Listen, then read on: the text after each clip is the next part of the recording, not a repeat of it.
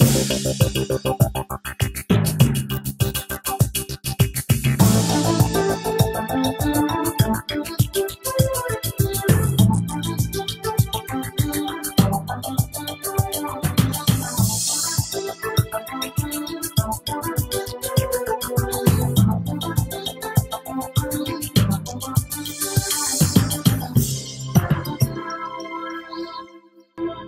morning and welcome to another episode of Understanding Business. I'm your host, Peter Lamont, and today is July 9th, 2015. We are going to be looking at a brand new book by author Gillian Segal, and that book is called Getting There.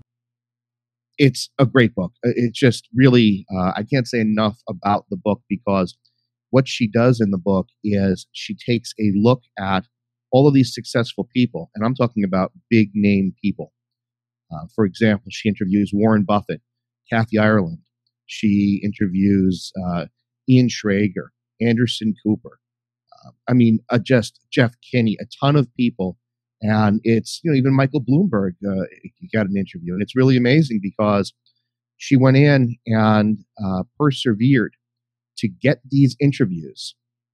And she sat down with these people and she asked them key relevant questions about their success and what created their success, what led to their success, what were some of the elements that led them to be as successful as they are. And like we all know, for example, Warren Buffett is one of the wealthiest men in the world, and Michael Bloomberg. And these are people that you look at them now when they've reached that pinnacle of success and you think to yourself, well, they just sort of stepped into it. They walked into it. It must have been easy for them because, Warren Buffett's got a private plane and he can do whatever he wants and he doesn't have any worries about bills. And boy, that life is easy and lucky. And I wish I had that too. But the backstory is really what's the compelling part about some of these most successful people's lives. And that's what this book is about. It is like a 200-page book. And it's really nicely laid out because it is sort of right to the point, straight to the point. So you'll get a chapter about a particular individual, Warren Buffett, let's say. And, within a couple pages, you are done with his interview and you move on to the next person. And for people that have either short attention spans or you just don't have a ton of time, now I always say you should make time to read books because that's how you learn. As a matter of fact, I believe it was Warren Buffett who said that you should read 500 pages a day. But the point is that you can get through this book relatively quickly, and you can just pick up very valuable lessons. And I have reviewed a lot of books in the past, especially business books and success-based books. This one is so well written, number one, easy to digest, number two, and it asks the questions that I would want to ask if I was sitting in front of Anderson Cooper or Jillian Michaels or Warren Buffett. I would want to know how they made it, what struggles did they have, and what lessons can I learn from them. That's why this show is hopefully helping people because we try to answer those questions. I want to address what makes people successful. How can you take your life, your business, and or your career and make it more successful than what it is right now? How can you find that passion, that thing that drives you and that sort of motivates you throughout your life? Because a life without passion is really not worth living. And what this book does is it really kind of puts you right next to some of these celebrities, but wealthy, successful individuals. So I read the book in one sitting and was sort of captivated by the stories that these people tell. And Gillian does a really good job of just getting to the point. Now, I think getting to the point can be so helpful in a book like this because a lot of times books have a ton of fluff. And by the time you get to the relevant core, the part that you really want to read, the part that's going to give you the information. And again, you know what? This is a different type of read. I'm not talking about reading a novel where you want to get lost. this is, I want to build success and I want to learn from some of these people. I wish I was sitting there with them. Here are the questions that I would ask. That's what this book addresses. And so I have found it to be a very, very good read and worth adding to your library. Now, the book's available on Amazon. And you can see, if you look at the Amazon page, there's a cover shot of the book, just how many people she interviews. John Paul DeJoria, he is extremely successful, but had a very difficult start making it. And then all of these people do. And that's sort of the interesting part about this book, because, for example, you take somebody like Gillian Michaels. Gillian Michaels, you know her. She's one of the country's top physical fitness enthusiasts, fanatics, trainers. She's been on, I believe it was The Biggest Loser. She has her own line of supplements and exercise videos and DVDs and coaching. And she's just, everybody knows who she is. But she was bullied when she was in school as being a fat kid, as being somebody that was a loser. So you learn about her struggle in the book, and you learn how she managed to persevere and to develop into the successful person that we see today.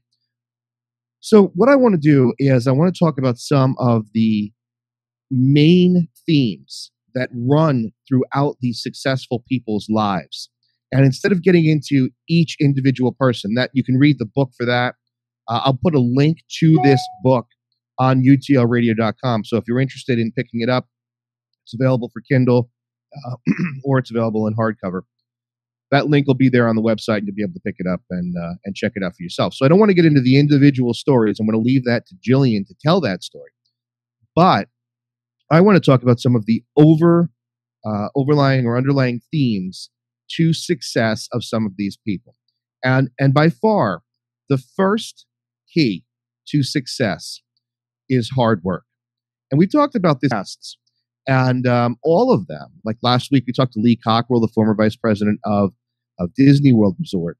And he said, I got to where I am in my life through hard work. He did not have a great education. He wasn't a super duper smart student. He didn't go to college. He didn't have a silver spoon in his mouth. He wasn't born with a ton of money or with a very influential family. He worked on his parents' farm.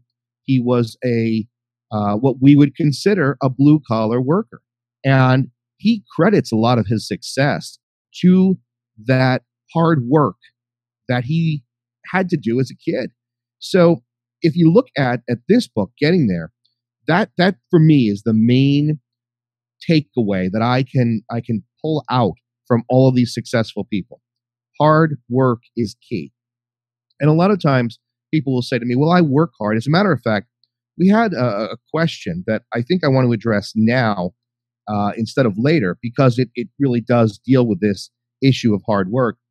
This question was asked by Kevin from York, Maine. So first of all, Kevin, thank you for submitting your question. But here's his question. He says, I have a job that I'm not passionate about, and I have this vision of starting an online business. I want to write ebooks and sell them.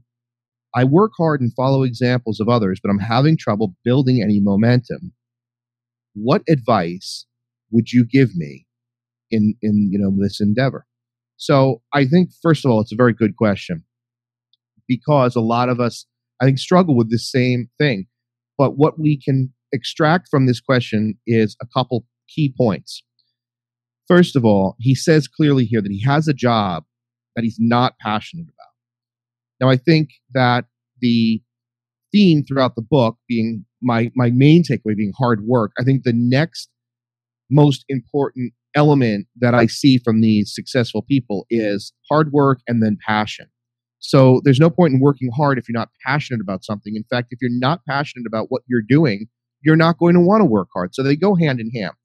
And so back to Kevin's question, when he talks about not having passion for his job, that's a red flag for me. And that says, okay, whatever he's doing, I don't know, it doesn't say, but whatever he's doing, that's not something that he is going to ultimately be super successful and because he does not have any passion for it. And there's a lot of times in life where we go the traditional route. We go to school, we get a job because that's what we think we're supposed to do. We don't like the field we're in, and we just become stagnant in our lives because of fear, because of people telling us things that we take to heart, like you can't do it. You're an accountant. That's what you do. That's what you went to school for. You can't go now and switch careers. And that's a lot of nonsense, but that's a lot of the garbage that we take in and we focus on, and it prevents us from being brave enough to take that chance. Okay. So this idea of hard work and passion working hand in hand, I think is critical. So we've got Kevin here who's working towards building this online business, apparently on the side while he still has his full-time job. And he says he's been modeling other people and he wants to write a book, write some ebooks and sell them. And he's not having any success. So he's looking for some advice. First of all, I think taking a lesson from Gillian's book, Getting There, I think that the first key that you need to be aware of is that it's going to take hard work.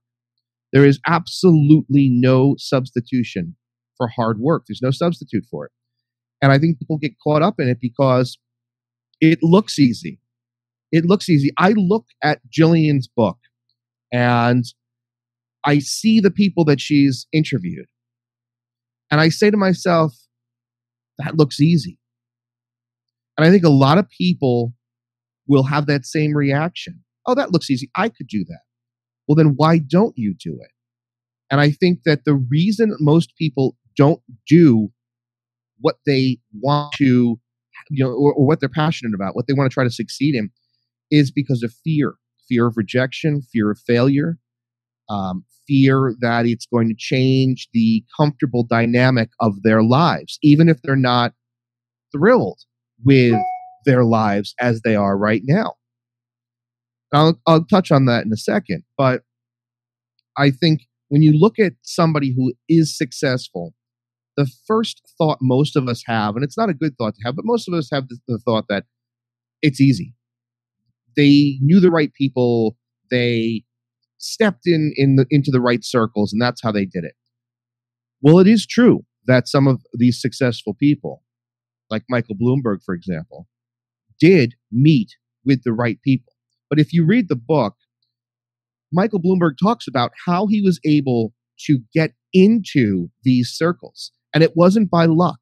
It was by taking a cup of coffee, one for himself and one for his unknown guest, walking around the halls of Merrill Lynch, and then bringing someone this cup of coffee and saying, "Here, I have a cup of coffee for you. Can I bend your ear for a few minutes?" And he was able to develop these connections with people, these interpersonal relationships that helped him down the line. Because as much as we are all, an island, right? Or at least that's how some of us think, oh, I'm an island unto myself and I don't need other people. The fact is you do. You can't do things in this world alone. You need people, whether it's you need customers, you need clients, you need colleagues, you need people. We all do. And that for me is something that you need to change if you're focused solely on being your own person, doing things for yourself and not getting involved with other people, not helping or not having them help you, because we all need people. And that's something that's important. But hard work and passion require commitment. It's one thing to say you're passionate about something.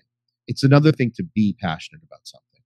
Think about your lives and think about a time when you were going to be doing something that you were so excited about that you couldn't stop thinking about it, that you just threw all of your free time and effort into it. It could be anything. It could be a party that you were throwing at your house. It could be a new relationship that you were developing. It could be a product. It could be a company. Whatever it is, there are times in our lives where we have all experienced such a deep level of passion about something. It could even be about a movie or a comic book or just some hobby that we really enjoy. There are people that are super passionate about Star Wars. Having the passion is critical, but understanding the difference between an interest and passion is also important. So when you have that level of passion about something, now you've got to take that next step and you've got to work hard to get to it. And in Kevin's situation, he thinks he's working hard. He's modeling what other people are doing. But first of all, I think you've got to really have an idea of where you want to go. And it's hard from his question for me to be able to answer specifically where he might be making mistakes. It's more than just modeling or copying somebody. Okay. Modeling is a good way to move towards your goal, because why recreate the wheel if somebody's already created it for you? Follow the footsteps or the tracks of success. But that doesn't mean to copy somebody identically. So now I don't know from this question if that's what he's doing. But when you say you're working hard, you've got to look at yourself and be honest and say, am I really working hard? Am I really putting the time into it? Michael Bloomberg, and this is in the book, Michael Bloomberg was fired from his job and decided that he was going to go out and start his own company, and worked 10, 11, 12 hours a day, even though he wasn't employed by another. He did it for himself. He got up as early as he could, stayed up as late as he could, and he worked. And according to the interview in the book, he says, I did that because I didn't ever want to have anyone say to me, including himself, that he didn't work hard. And a lot of the people in the book also talk about the fact that first one's into the office, last one's out of the office. This isn't just something, this isn't like bragging rights. Oh, I was here longer than you. This is about hard work.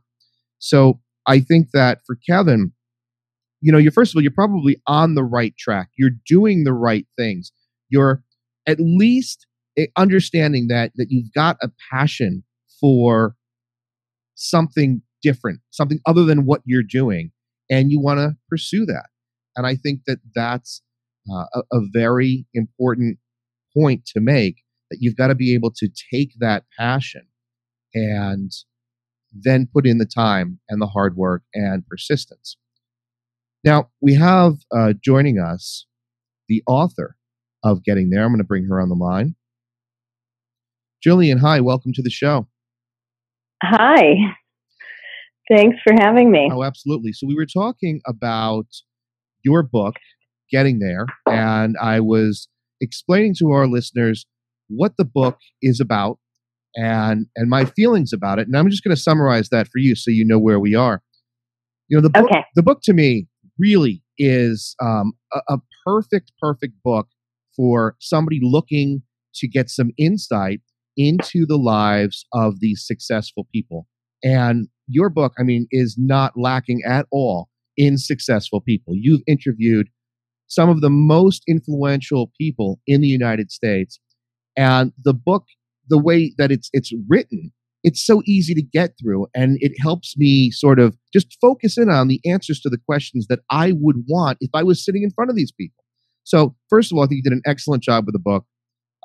Well written, easy to get through, but you can also extract so much from it. So, kudos to you for a well done job. Thank you so much. Thank you. It's all in the subject's own words. So every essay, it's about 5 or 6 pages in the subject's own words. So it is easy to get through because it sort of feels like you're just having a casual but in-depth conversation with each person. Absolutely. And I almost felt like I was there with them, and the thoughts that I would have and the questions that I would want to have answers to, you asked them. And I think it was a great job.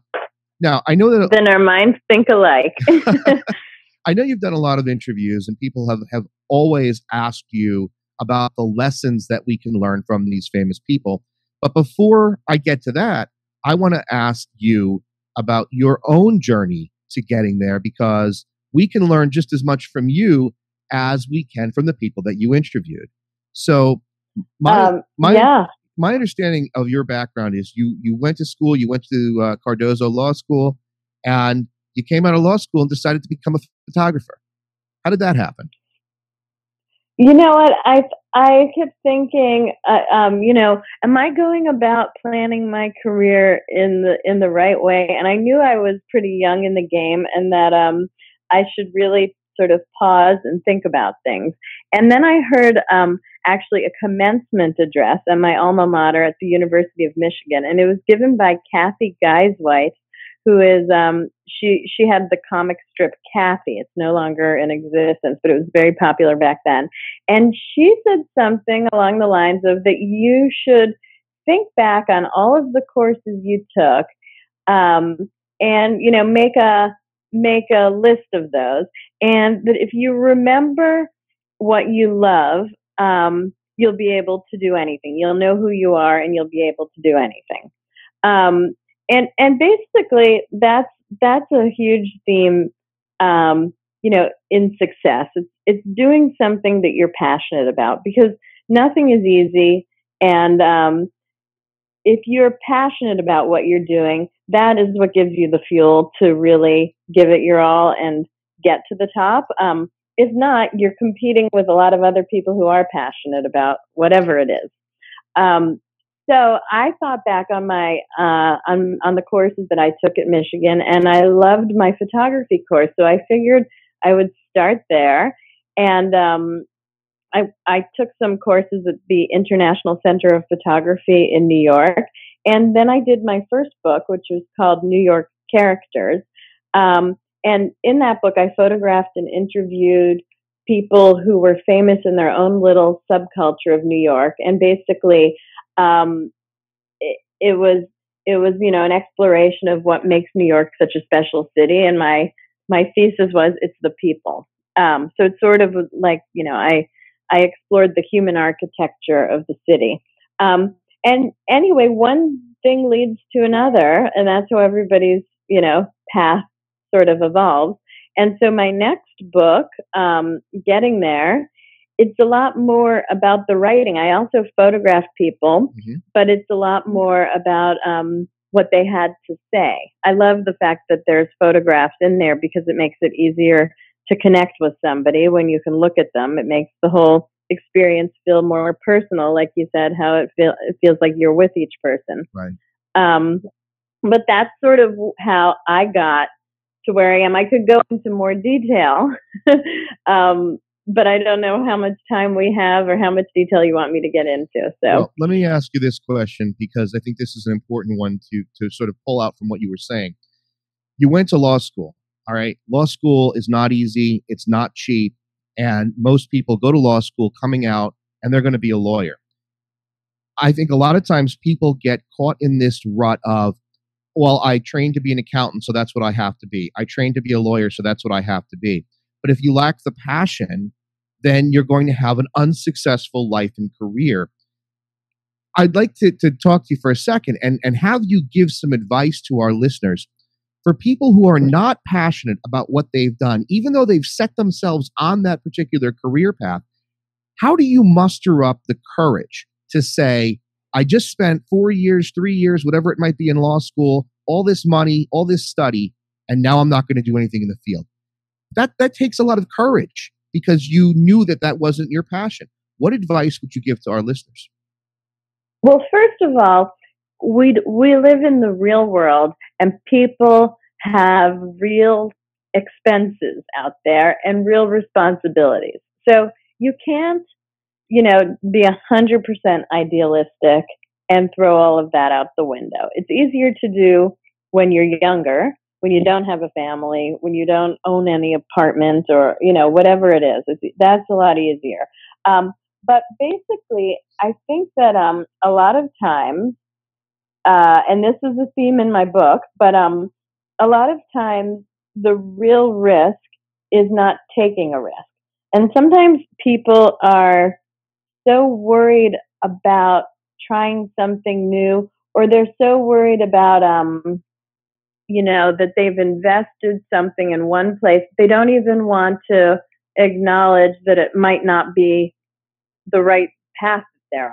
Right. But if you never go for what you really want in life, the only thing for sure is that you will never get it.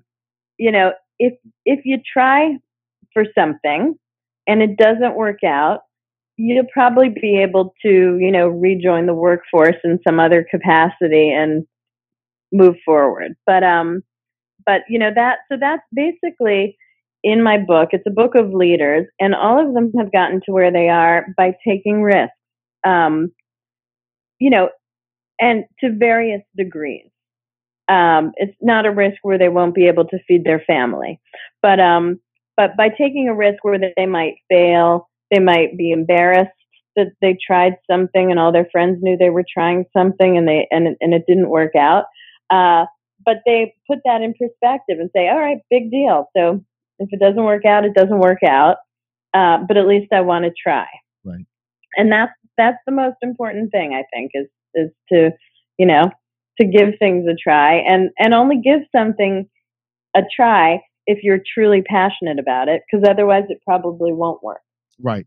Yeah. And that's, you know, we had a question earlier in the show asked by someone from York, Maine, and they were inquiring about how they should take this dream they have of building an online business and writing and selling ebooks while they have this other full-time job that they're not passionate about. And the question seemed to focus on the fact that they were modeling other people and that they were doing what other people were doing, but they weren't achieving that level of success. And one of the key things that I pulled from that question is the fact that if you know you're not passionate doing what you're doing, even if you're not succeeding at this very moment, I think the self-awareness that you're not passionate in your job, you're going to look for something that you are passionate in. I think that's a step in the right direction, you know. And like you said, if it doesn't work out, at least you've tried. But you know, I think that's important to note.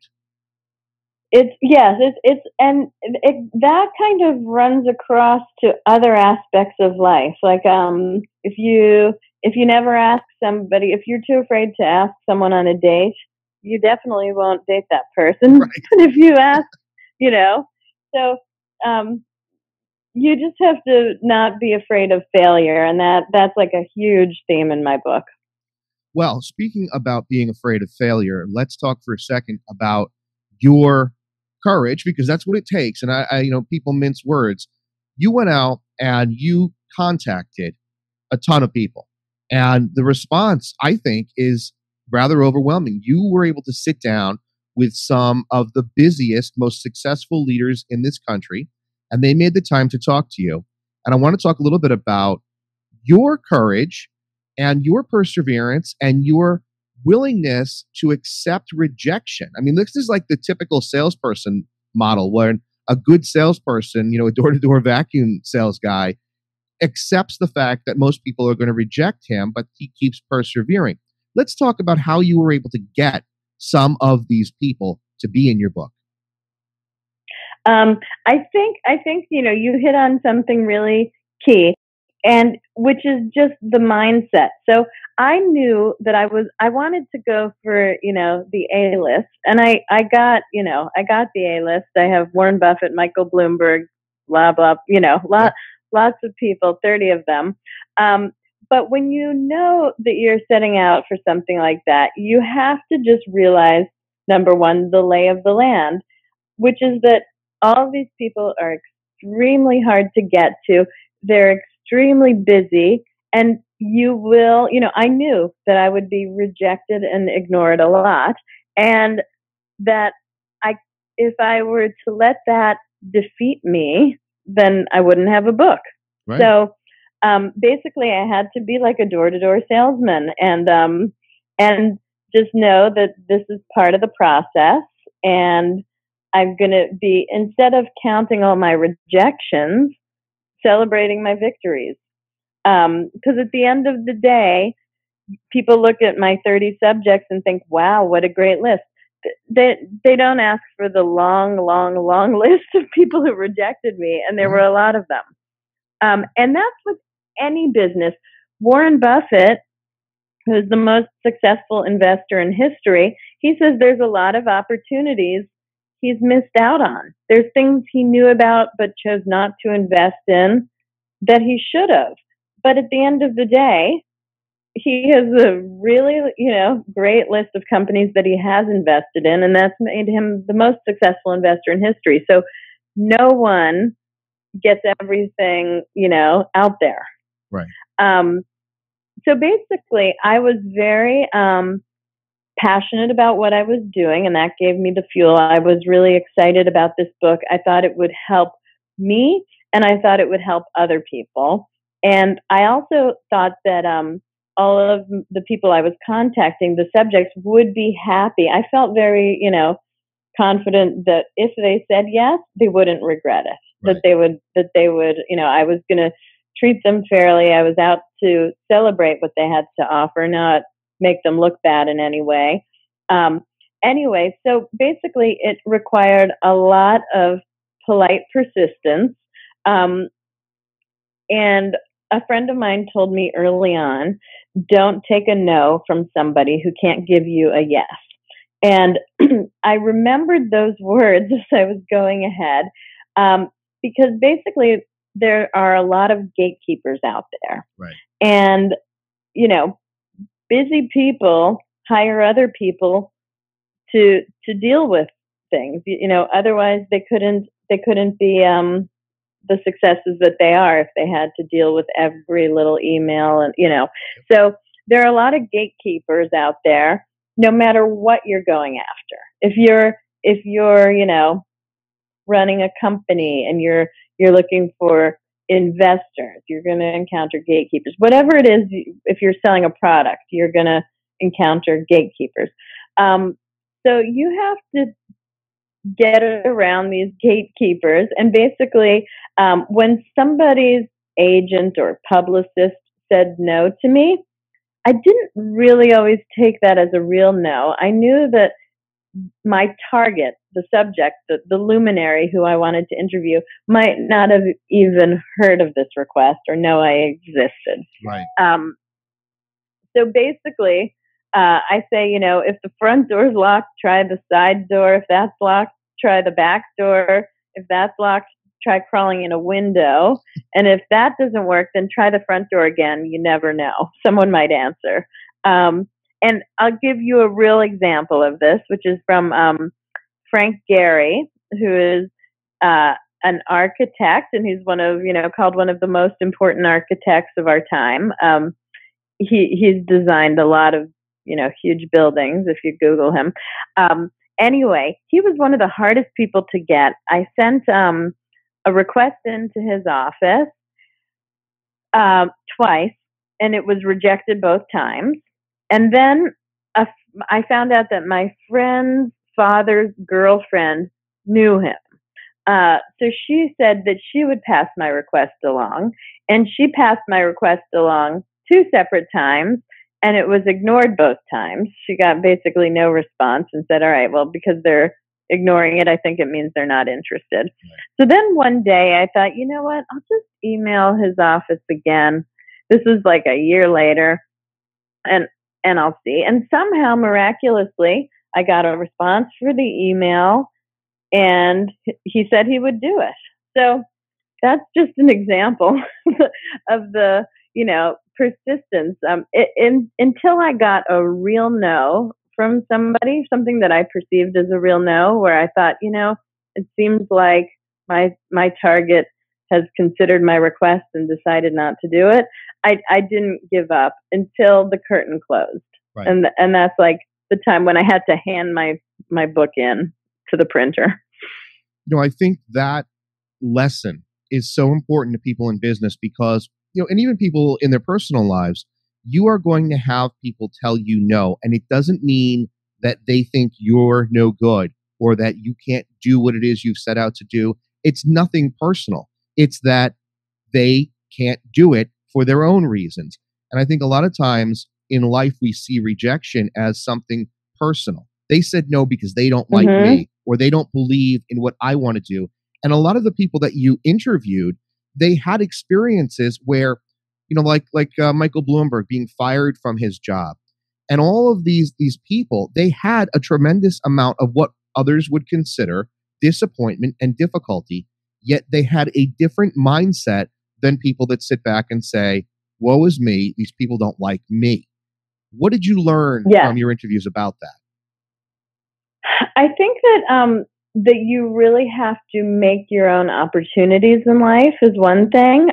You can't like kind of show what you've got and expect that if it's good, somebody is going to come and say, baby, I'm going to make you a star. Right. That's a metaphor. But basically, Anderson Cooper, who's one of, the most well-known journalists out there, with one of the most recognizable faces now. Well, he wanted to be a journalist, and no one was letting him do it. No one saw him. They saw him as a fact checker, because that's what he was doing when he started out. That was his first job. He was a fact checker, and he realized that people pigeonhole you in whatever role you're in, and that no one is going to come up and say, you've got what it takes, you'd be great on air, and whatever. So he basically he created his own opportunity by going off into a kind of dangerous war zone and making a really interesting story. He lived on $5 a day, and he slept on rooftops and in roach infested motels, and then he came back and he sold his show to this channel that made programming for high school students at such a cheap price that it was too hard for them to refuse. And that's how he launched his career. That's how he got people to see him as a journalist instead of a fact checker. Right. So basically, if you were to get in one of these decision makers' shoes, you'd see how busy they are every day, and how many requests come at them, and how many things they have to do, how many obligations they have, how many decisions they have to make. If you got in the shoes of someone, you would know not to be offended if they said no to yours. Right. It could have been a busy time. They could have been frustrated about something else, anyway. It's really, I think, important for people to understand that if you want something badly enough, and that's where the idea of passion comes into play, and it's so important. I think passion first, and then the hard work to make that passion become reality. That's some of the main themes throughout your book, the people that you interviewed. A lot of times people think that just because they're successful now, they were either born into it or they were lucky. They don't really think that they worked so hard to get there. And the story that you just told about Anderson Cooper illustrates that hard work. Yes, absolutely. Not one of the people, in my book had it easy. And I didn't pick anyone because they didn't have it easy. I picked people because of where they were. And it just so happens that nobody has it easy. Everybody has an inspirational story, because that's just what life is like. Life isn't always easy, and you could have difficult times personally, or you could have difficult times that have to do with your career, and they both sort of seep into each other. The people, the most common characteristic of everybody in my book is a determination and a resilience, because inevitably they'll be knocked down. We will all be, knocked down with this or that. Like I said, personal things happen. People, experience loss in life, or there could be, a natural disaster, or you lose your job, whatever it is. The people in my book are where they are because even after being, whacked on the head, they found a way to get up and try again or try something new. But it all comes down to their, resilience and determination.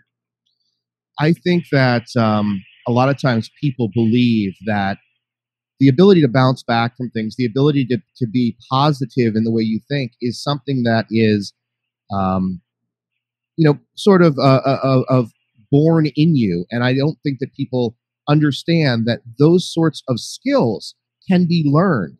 I mean, you're not just born a salesman. I know that people say you're a natural born salesman, but I think people have to learn to handle rejection and move on. And what do you think about that? When the people that you talk to, do you think that they were just born with this ability to be resilient, or do you think that it was a learned skill?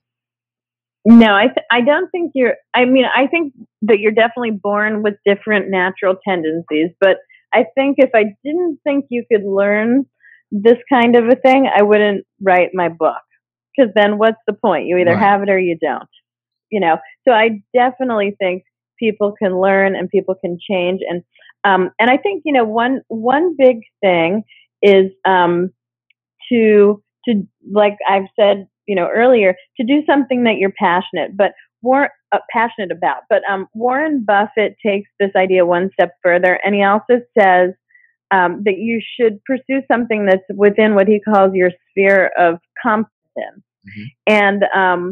And we all have different strengths and weaknesses, and you need to know what to leave out. That's as important as knowing what to leave in.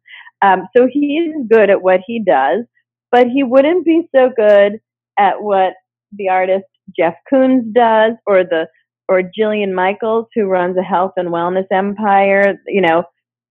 She's really good at that, and Warren Buffett wouldn't be. So I think that they're all doing something that they truly are passionate about, and that's what allows them to be, to have all of this resilience. And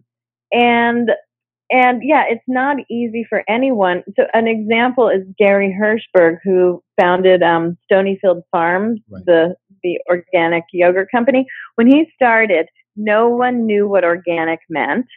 They thought he was some, hippie, in that organic meant it had dirt in it, and they didn't understand why anyone would want organic or pay more for it. And it took his company 9 years to make its first nickel, if you could believe that.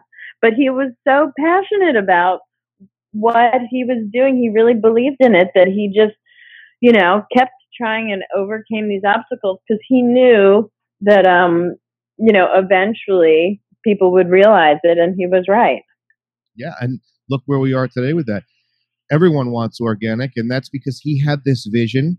One of the things I want to touch on that I think can help people understand, and it's something that I believe that some of these people, especially talking about Warren Buffett and going into what it is that you're good at, I think it requires a lot of honesty with yourself, where you can actually sit down with yourself and say, listen, I know that I am not good at this, or this, but I am good at this.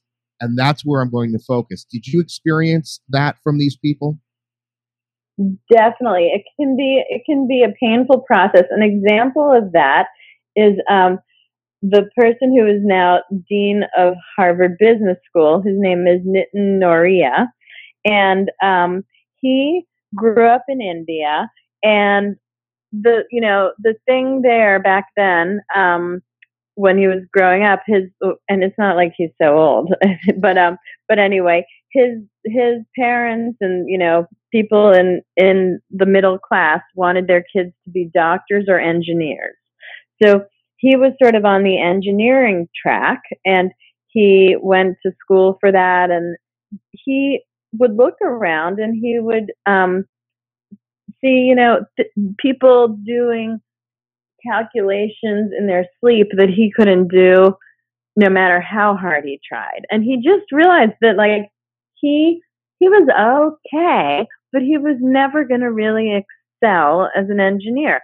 So he says this was one of the biggest gifts. It was painful because it was what he was going after, right, but he realized that he would do better in less technical fields, and he saw the lives of his professors and thought maybe he would like to do that. And it took him a long time to even allow himself to do this, because he thought, I want to do real work and he didn't think that being an academic was real work.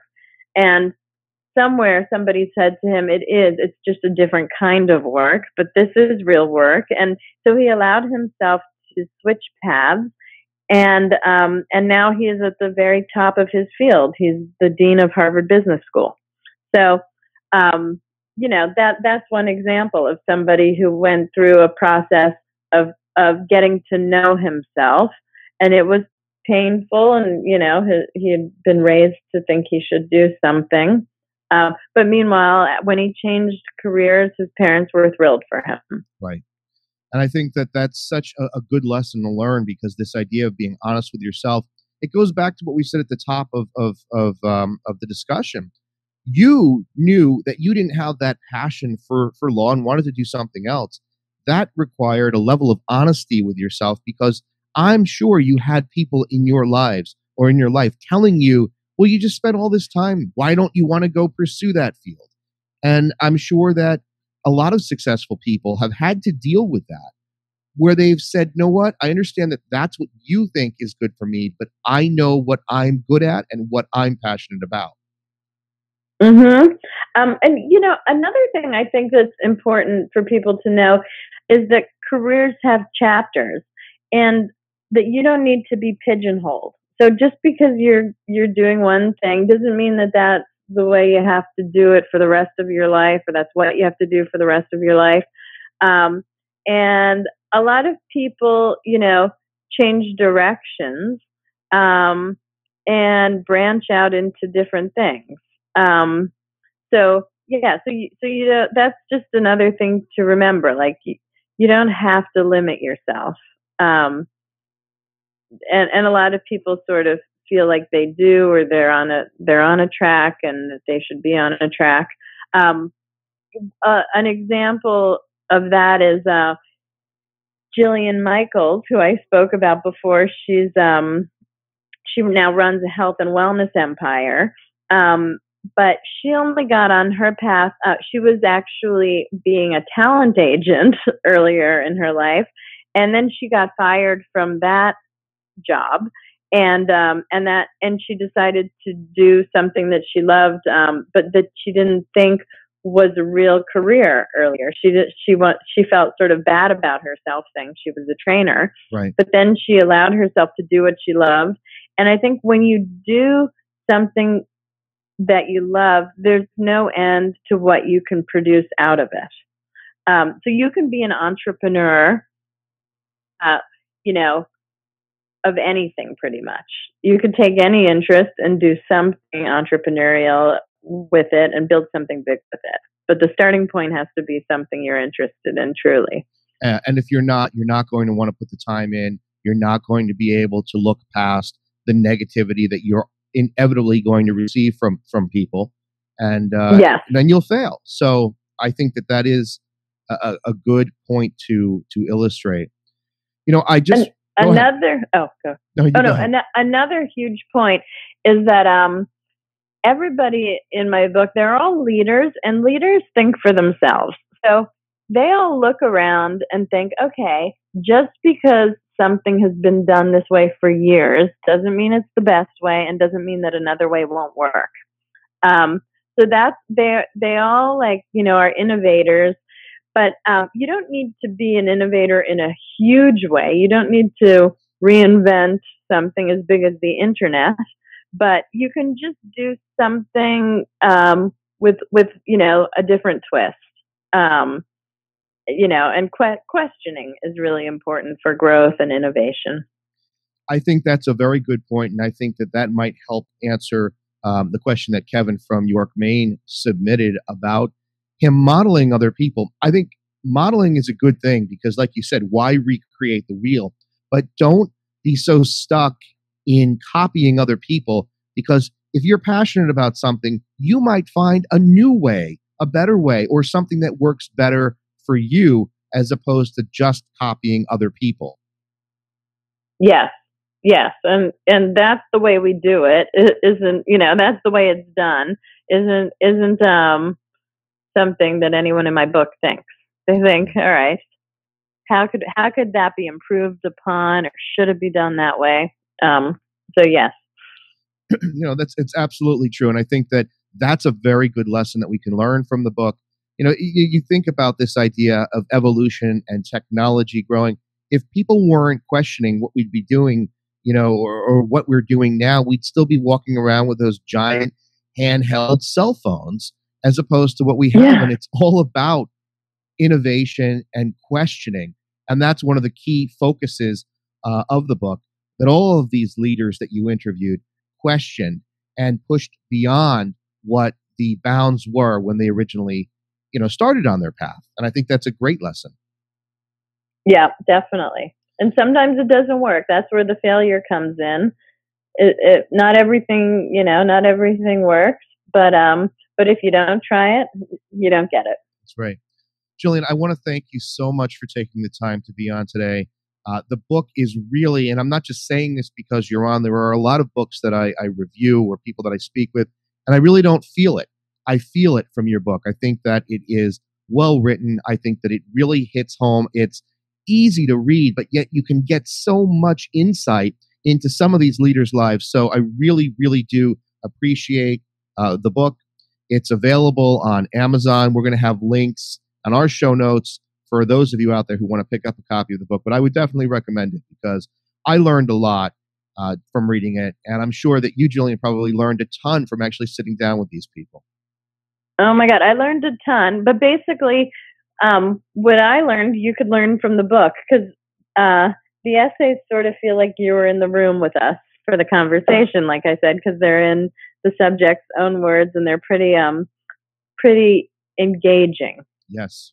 Yeah, and that's what I love about it. It's this intimacy that you get from the book, where I don't feel like I'm just reading a magazine article. I feel like I'm actually there, and they're explaining their story to me, and it's a very personal. You got these people to really open up and be very personal with you and tell you stories that you haven't seen elsewhere. I can tell you about the process that I really did ask them to sort of tell me about their lowest lows and the lessons they learned from those episodes and from their journey in general. And what I did was I asked people to just really open up, and I said, I'm going to write this up, and then I'm going to give it back to you for your approval. And if you don't like it, we don't need to keep anything in it. But I wanted them to start with, bearing it all as much as, and then they could always take it back. And pretty much almost nobody took anything back. Because once I handed them the essay back, they realized that, I was safe. I wasn't going to twist it or make weird juxtapositions or put words in anyone's mouth or, so I gave it to them and said, are you happy with how you come across? Is there anything you'd like to add or change or, let me know. Well, so it was a very friendly process. And it comes across that way in the book. And I think it was just, you did an excellent job. So congratulations on the book. Thank you. Thank you so much for having me on today. Thanks, Gillian. Good luck with the book. And I'd like to have you on in the future and talk about, what your next projects are, because we're excited to see. Great. Okay. I will get back in touch. All right. Thank you. Bye-bye. Okay. Bye-bye. So we just talked to Gillian Zoe Segal about her new book, Getting There. And what I said to her, I really mean. I think the book is a very well-written, easy-to-read book that has a ton of information. I learned so much about some of these people that she interviewed. And again, we're talking about 30 heavy hitters in our world today. And just to give you an idea, again, we'll go back. We've got Warren Buffett, Kathy Ireland, Graydon Carter. We have Jeff Koons, Michael Bloomberg, Hans Zimmer, the composer, Jillian Michaels, Sarah Blakely, Gary Hirschenberg, and just a ton of top-level A-listers who have made significant successes out of their lives for themselves. And she sat down with them and really, like she said in our interview, she asked them their highest highs, their lowest lows, and it comes across as a very personal story, something that we can all relate to and that we can all extract something from. So it really a great job on the book. And like I said, we're going to have links on our show notes and on UTLRadio.com where you can check out the book if you're interested in it. Now, I just want to conclude today by answering one more question. And I think that the question is very important because it's going to illustrate some of the things that we talked to Gillian about today and some of the things that are in her book. This is a question that was submitted by Kelly from Milford, Connecticut. She's a stay-at-home mom and she's trying to start an online business, but her friends keep telling her that she doesn't have the time. What should she do? And we talked to Gillian about what she learned from these leaders. And one of the lessons is to be honest with yourself and to persevere and to not let other people influence your decisions, especially when they're handicapping or pigeonholing you. You know, Kelly, you may be a stay-at-home mom, but that doesn't mean that you can't create this business, this online business that you want to start. And apparently the online business is for moms. So while I don't know the specifics of it, you have expertise because you are a mom. And so don't let your friends or family or anyone limit what you can do. If you're passionate about something and you believe that you can do it and you're willing to put the time in, because let's face it, being a mom is not easy. It is a 24/7 commitment. So for you to want to take the time, to find the time in your life to go ahead and start a business, I don't think you should listen to anyone who tells you, don't do it, you don't have the time, this isn't for you. Those are people that don't know you. And we've talked on this show before about the importance of knowing yourself and being honest with yourself. And this is one of those times where you have to persevere, push forward, and go for it. Because if you don't, as Gillian said, you know, if you don't try, you're never going to succeed.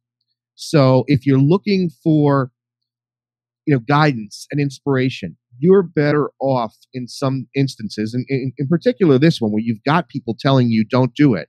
You're better off picking up books, looking at podcasts and interviews, and pulling from that the positive energy that you need to be able to energize and motivate yourself, because we all deal with situations in life where we want to do something and we're on the fence and we're unsure. We've got that passion. We really want it, but we want some sort of support or justification from other people.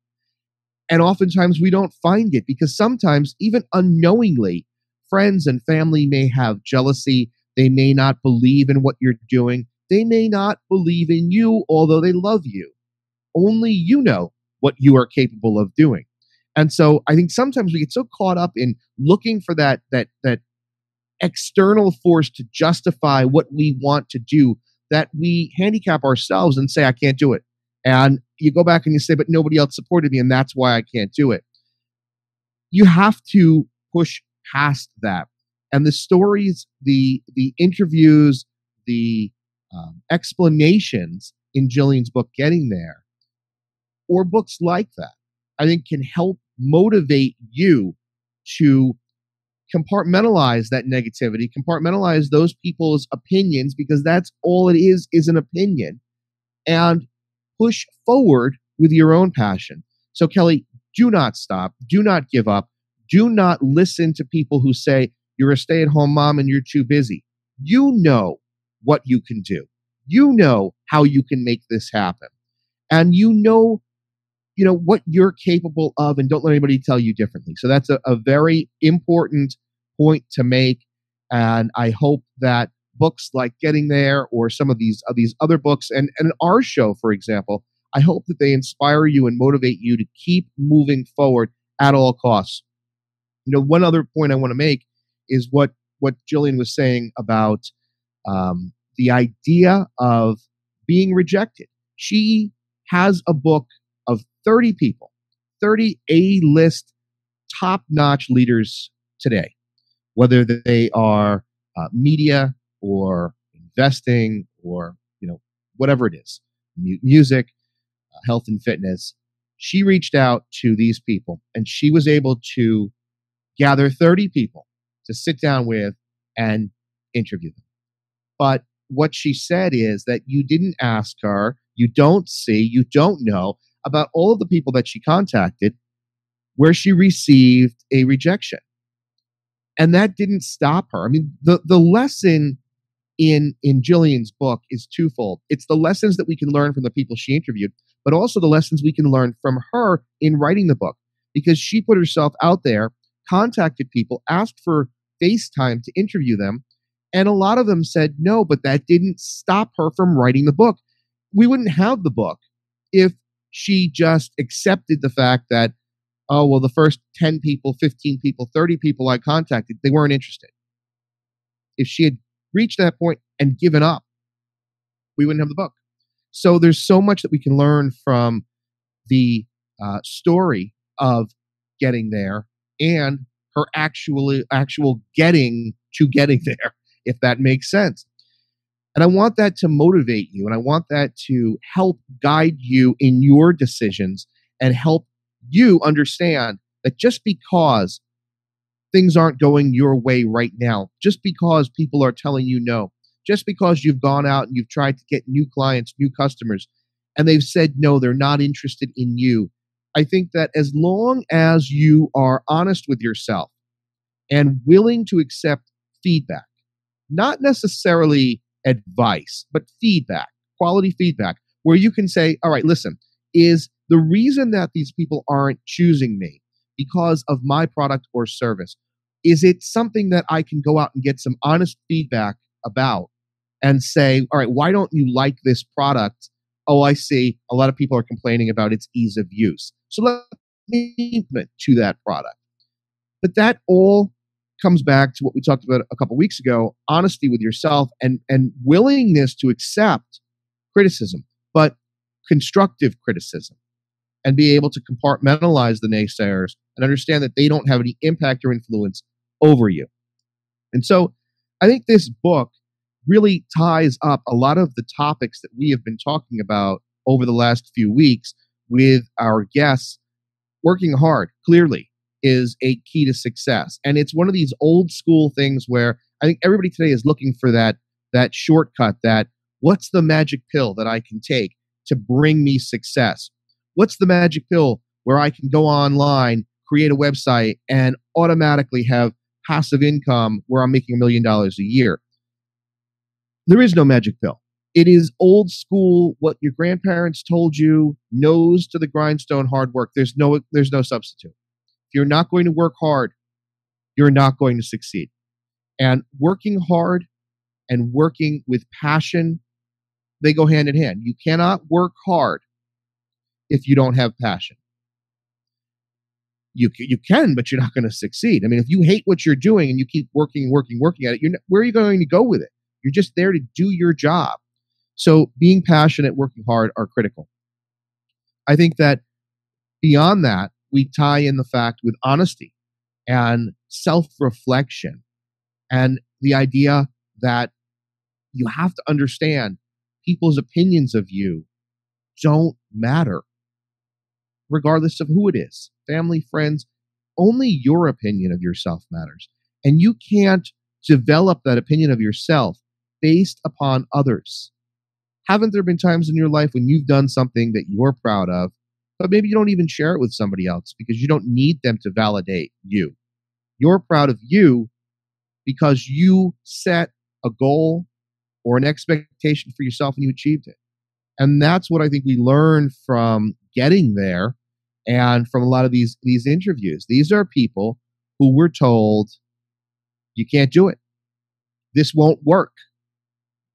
So what? Who are these people telling you that? And another great lesson to learn is that no matter how old, no matter how stuck you've been in one career or profession, it's never too late to change. It's never too late to make a decision. And I think what was interesting about our discussion with Gillian is the fact that she went to law school. And it's a massive commitment, going to law school. And most people come out of law school and they want to go into the legal profession. But she knew wait a minute, yes, I spent 3 years here, but I don't have the passion for it. And she went out and became a photographer. Complete opposite end of the spectrum from this logical, analytical sort of position as a lawyer, all the way over to the artistic end of being a photographer. Completely different. But if she didn't do that, I think that she would have struggled with success and would not have been able to get to the point where she is today. And that point is having published 2 successful books, and this being her new one, where we learned so much from what she's done and the people that she's talked to. So hopefully this session today, this show today, and our interview with her sort of wraps up some of these topics that we've been talking about over the last few weeks. And I really, really, truly hope that if you're lacking that confidence in yourself, that motivation, if you're afraid, that you listen to our shows and shows like ours, and you pick up books and you look for that positive motivation to help you push forward. Because the worst thing ever is to, end up dying at the end of your life with regret. And that what if I had done this? What if I had taken this chance? And I think that that's the probably one of the worst things that you can do. So take your shot, take your chance, go do what you believe you can do. Go do what you believe in.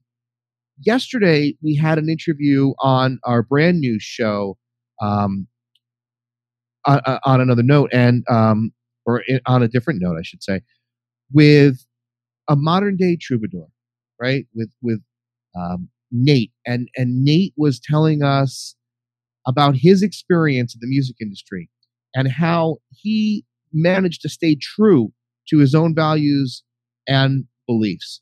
And that was really, for me, a very motivational lesson that we learned. It was a really, really good interview, and it made me think about our own abilities to push past what people have set for us as limitations. So if you're interested in hearing that interview with Nate, it's the July 8th interview with Nate Maingard. It's on UTLRadio.com. But it was very inspiring because he talked about not selling out and believing in his vision and how he makes his living through people who just contribute to him. He's giving away his music. You can go download his music everywhere on the internet. It's free. And he survives and exists from patrons. And that makes him this modern day troubadour. But it's very, very fascinating, very interesting. And it illustrates this idea of don't just fit into that little box that people want to put you in. Don't do things just because that's the way it was done. Question and move forward and persevere, and know you're going to have people that are negative, but put it into context and just do it. I can't say it better than that. Surround yourself with positivity. Surround yourself with books and music and podcasts and people who can help push you. Even if you don't believe everything they say, if you get a little bit of motivation, a little bit of push, a little bit of education from what you're watching or listening to, it is going to help you in the long run. I know, for example, a lot of people make fun of Tony Robbins and some of his programs. And, I think as intellectual beings, we're able to see that Tony Robbins is a business person. He's making a lot, or has made a lot, of money doing what he does. But that doesn't take away from the fact that we can learn something from people like him. We can learn from his stories. We can learn from some of his products. And I'm not encouraging you to go out and spend money on it. I'm just suggesting that every positive element, person, book, everything that's out there, we can learn something from. And that's why it's never a good idea to just sit back and stop learning. Constantly learn. You don't need to go to formal school. You don't need to go to college to be a success. We've seen that from so many of the people that we've interviewed. You just don't need that. What you need is this desire to learn, to move forward, to see what works, what doesn't work, and push through fear and doubt, and understand that rejection isn't about you. It's about other people's beliefs and behaviors, not about you. And that was just very well illustrated, I think, in Gillian's book, Getting There, and her process of writing this wonderful book. So that's going to do it. Thanks for joining me. I can't say enough about all of the comments and feedback and commentary that we've received. And thank you to Kelly and to Kevin, who submitted questions for today's show. This has to be, an open dialogue between me and you, the audience. I want you to learn from what we're doing. As we're doing this, I'm learning too. I'm learning what you need, what sort of information that you would like to see, how to make things better for you, how to give you better content. And your feedback is invaluable. I thank you for it. I thank you for new subscribers, for people who are downloading the episodes, who are subscribing on YouTube, who have visited the new UTLRadio.com. From the bottom of my heart, I really appreciate it. And I hope that you are enjoying this as much as I am enjoying doing it for you. So I want to thank you for that. All right, that's going to do it. Next week, we'll be back with our Monday show, Business and Legal Week in Review, with my co-host Bob Hughes. And then we're back Tuesday with Business Legal Q&A. And then on a different note, our new music, business, and law show on Wednesday. So check that out. All of the updates and scheduling will be on utlradio.com, as well as prior episodes of the show. And you can download it from there. We'll also throw up a link to Gillian Segal's new book, Getting There, so that if you're interested in it, you can grab a copy. All right, everybody have a great day. Thanks again, and I'll see you next time. And remember that there's power in understanding the law.